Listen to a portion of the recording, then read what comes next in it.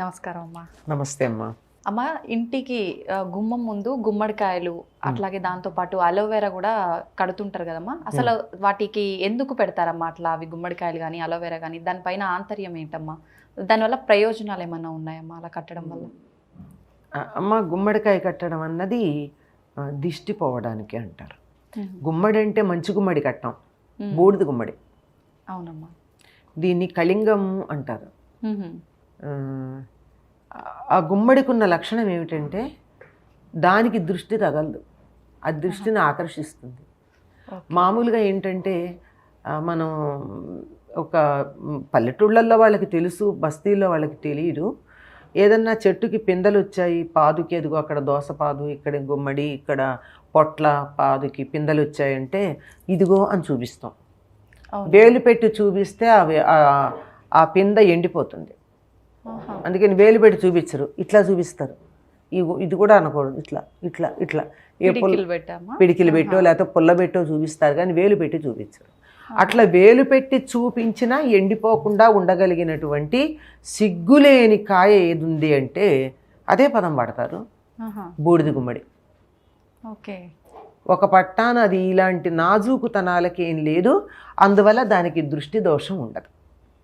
ఇంటి ముందు దాన్ని కట్టామంటే దృష్టి దోషం లాంటిది ఏదైనా ఉన్నట్టయితే వెంటనే దాని మీదకి వెళ్ళిపోతూ ఉంటుంది. అందువల్ల దృష్టి దోషం లేకుండా ఉండడానికి కడతారు. పైకి ఇంకోటి ఏంటంటే, దృష్టి దోషం మాట ఉందా నిజంగా శాస్త్రీయంగా అంటే ఉందని నమ్మేవాళ్ళు, దానికి శాస్త్రీయమైన నిరూపణలు చేసిన వాళ్ళు కూడా ఉన్నారు. ఆఖరికి యంత్రాలతో కూడా పరిశోధన చేసి ఇది దృష్టి దోషం ఉంది అని చూపించిన వాళ్ళు. లేదు, అది కూడా నాన్ సెన్స్ అన్నారు. ఎవరిష్టం వాళ్ళది, కాదని ఎట్లా అంటాం? అలా ఉన్నప్పుడు కూడా ఏమవుతుందంటే, ఒక అందమైన ఇల్లు కట్టుకున్నారు, అబ్బా ఎంత బాగుంది అని చూస్తూ ఉన్నప్పుడు ఆ గుమ్మడికాయ కనపడితే ఆ తీక్ష్ణంగా చూసే చూపు మళ్ళిందా లేదా? చూపు మళ్ళేటప్పటికీ ఆ తీవ్రత తగ్గుతుంది.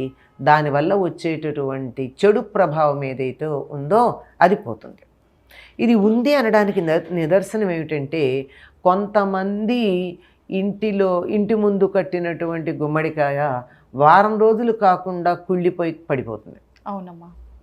కొంతమంది ఇంటి ముందు కట్టినటువంటిది ఏడాది అలా అయిపోయినా అలా వాతావరణంలో ఉన్న వేడికి అందులో ఉన్న తడంతా పోయి ఎండిపోతుంది తప్ప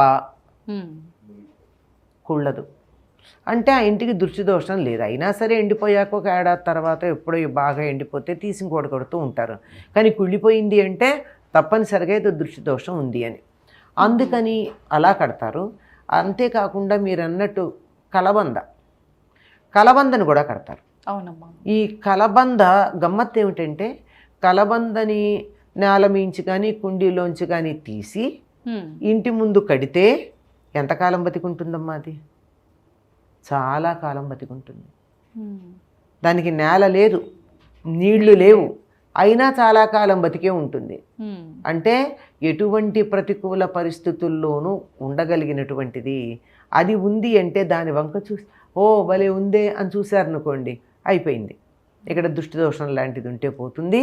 ఆ విధంగా అందరి దృష్టిని తన వైపుకు మళ్ళించి ఆ ఇంట్లో ఉన్న వాళ్ళ మీద దృష్టి దోషం యొక్క ప్రభావం లేకుండా చేయగలుగుతుంది కలబంద, అందుకొని పెడతారు. అంతేకాకుండా కలబందకి ఇంకో లక్షణం కూడా ఉందట. ఏమంటే, చిన్న చిన్న నుసమలు అంటారే, దోమల కన్నా చిన్నవి. ఇప్పుడు మీరు వీటిని మస్కిటో బ్యాట్ పెడితే బ్యాట్కు దొరకవి ఇవి. అవునమ్మా. ఆ సందులోంచి వెళ్ళిపోతాయి నెట్ మధ్యలో నుంచి. అంత సన్నగా ఉండే ఈ నుసమలు ఎంత చికాకు కలిగిస్తాయో. ఇవి ప్రత్యేకంగా ఆరోగ్యానికి హాని కలిగించవు దోమల్లాగా. దోమలు రకరకాల వ్యాధుల కారణం అవుతాయి కదా. ఈ నుసమల వల్ల ఇటువంటి వ్యాధి వచ్చింది అని చెప్పడానికి ఏమి ఉండదు మనకి.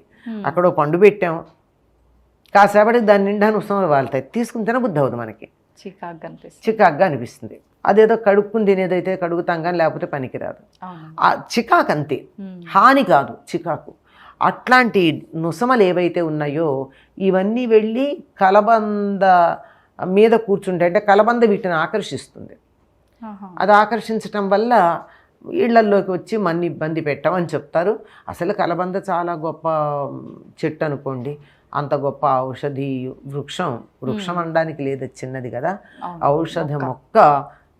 మరొకటి లేదని చెప్తారు. అంత గొప్ప ఔషధి గుణాలు కలిగింది. దాని లోపల ఉండేటటువంటి గుజ్జుతో ఎన్నో రకాలైనటువంటి ఆయుర్వేద ఔషధాలు, మందులు తయారు చేస్తారు. అంచేత అది ఉండడం శుభంగానే చెప్తారు.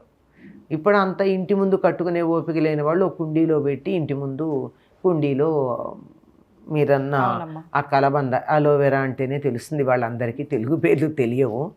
ఆ కలబందని పెట్టుకుంటూ ఉంటారు దృష్టి దోషం కోసమే. అయితే అమ్మ గుమ్మడికాయ అంటే కుళ్ళిపోతేనే ఎండిపోతేనే చేంజ్ చేయాలా, లేదంటే మధ్య మధ్యలో చేంజ్ మధ్యలో కూడా చేసుకోవచ్చు. ప్రత్యేకించి ఏమన్నా వారము అట్లా తెలియదు నాకు, అవన్నీ పెద్ద తెలియవు. కానీ ఒక మంచి రోజు ఏదో చూసుకుని, శుక్రవారం సాధారణంగా ఏది తీయరు, అంతే కదా. అవునమ్మా.